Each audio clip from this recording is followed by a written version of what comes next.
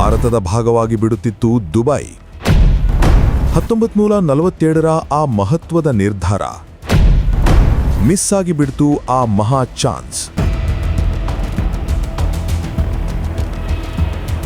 Dubai ಜಗತ್ತಿನ ಅತ್ಯಂತ ಶ್ರೀಮಂತ ಆಧುನಿಕ ನಗರ. ಇಂಥ ನಗರ ಒಂದು ಕಾಲದಲ್ಲಿ ಭಾರತದ ಭಾಗವಾಗುವ ಅವಕಾಶ ಇತ್ತು ಎಂದರೆ ನೀವು ನಂಬುತ್ತೀರಾ? ಹೌದು, ನಂಬಲೇಬೇಕು. ಆದರೆ 1947ರಲ್ಲಿ ನಡೆದ ಒಂದು ರಾಜಕೀಯ ನಿರ್ಧಾರ ಗಲ್ಫ್ ಪ್ರದೇಶದ ಇತಿಹಾಸವನ್ನೇ ಶಾಶ್ವತವಾಗಿ ಬದಲಿಸಿಬಿಟ್ಟಿತ್ತು. ಕೊಲ್ಲಿ ಪ್ರದೇಶದ ಆಡಳಿತ ನಡೆಯುತ್ತಿದ್ದದ್ದೇ ಭಾರತದಿಂದ.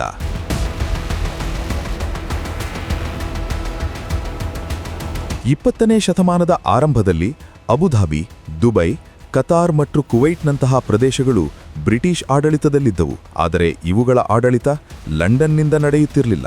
ಬದಲಾಗಿ ಭಾರತದ ನವದೆಹಲಿಯಿಂದಲೇ ನೇರವಾಗಿ ನಿರ್ವಹಣೆಯಾಗುತ್ತಿತ್ತು. ದುಬೈನಲ್ಲಿ ಆಡಳಿತ ನಡೆಸುತ್ತಿದ್ದ ಅಧಿಕಾರಿಗಳು ನವದೆಹಲಿಯ ವೈಸ್ರಾಯ್ಗೆ ವರದಿ ಮಾಡುತ್ತಿದ್ದರು. ಅಲ್ಲಿನ ಕಾನೂನು ಭದ್ರತೆಗೆ ಭಾರತೀಯ ಸೈನಿಕರೇ ನಿಯೋಜನೆಗೊಂಡಿದ್ದರು. ಅಷ್ಟೇ ಏಕೆ, ದುಬೈನ ಮಾರುಕಟ್ಟೆಗಳಲ್ಲಿ ಭಾರತದ ರೂಪಾಯಿಯೇ ಅಧಿಕೃತ ಹಣವಾಗಿ ಚಲಾವಣೆಯಲ್ಲಿತ್ತು. 1947ರ ಆ ಮಹತ್ವದ ನಿರ್ಧಾರ ಏನು? ಬ್ರಿಟಿಷರು ಭಾರತಕ್ಕೆ ಸ್ವಾತಂತ್ರ್ಯ ನೀಡಲು ನಿರ್ಧರಿಸಿದಾಗ ಒಂದು ದೊಡ್ಡ ಸವಾಲು ಎದುರಾಯಿತು.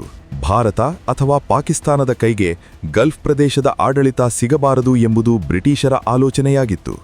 ಭಾರತಕ್ಕೆ ಸ್ವಾತಂತ್ರ್ಯ ಸಿಗುವ ಕೆಲವೇ ತಿಂಗಳುಗಳ ಮುಂಚೆ, ಅಂದರೆ 1ನೇ ಏಪ್ರಿಲ್ 1947ರಂದು ಬ್ರಿಟಿಷರು ನವದೆಹಲಿ ಮತ್ತು ಗಲ್ಫ್ ದೇಶಗಳ ನಡುವಿನ ಆಡಳಿತಾತ್ಮಕ ಲಿಂಕ್ ಅನ್ನು ಕಟ್ಟಿಹಾಕಿದರು. ದುಬೈ ಸೇರಿದಂತೆ ಇಡೀ ಗಲ್ಫ್ ಪ್ರದೇಶದ ಆಡಳಿತವನ್ನು ನವದೆಹಲಿಯಿಂದ ನೇರವಾಗಿ ಲಂಡನ್ಗೆ ವರ್ಗಾಯಿಸಿಬಿಟ್ಟರು.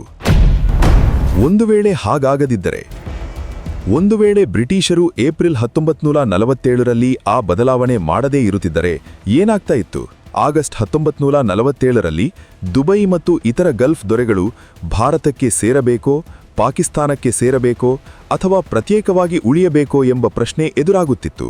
ಆಯಾ ದೇಶಗಳೇ ಇದನ್ನು ನಿರ್ಧರಿಸಬೇಕಿತ್ತು.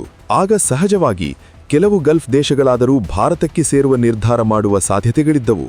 ಅದರಲ್ಲೂ ಮುಖ್ಯವಾಗಿ ದುಬೈ ಭಾರತದ ಪರ ಒಲವಿದ್ದ ಪ್ರದೇಶವಾಗಿತ್ತು. ಆಡಳಿತ ಬದಲಾದರೂ ದುಬೈನಲ್ಲಿ 1966ರವರೆಗೂ ಭಾರತದ ರೂಪಾಯಿಯೇ ಚಲಾವಣೆಯಲ್ಲಿತ್ತು ಎಂಬುದು ಇದನ್ನು ಪುಷ್ಟೀಕರಿಸುತ್ತೆ. ಇಂದು ಭಾರತ ಮತ್ತು UAE ನಡುವೆ ಇರುವ ಆಳವಾದ ವ್ಯಾಪಾರ ಮತ್ತು ನಿಕಟ ಸಂಬಂಧಕ್ಕೆ ಈ ಸುದೀರ್ಘ ಇತಿಹಾಸವೇ ಕಾರಣ. ಒಂದು ವೇಳೆ ದುಬೈ ಭಾರತದ ಭಾಗವಾಗಿದ್ದಲ್ಲಿ ಇಂದಿನ ಜಗತ್ತು ಹೇಗಿರುತ್ತಿತ್ತು? ಕಮೆಂಟ್ ಮಾಡಿ, ಅಭಿಪ್ರಾಯ ತಿಳಿಸಿ.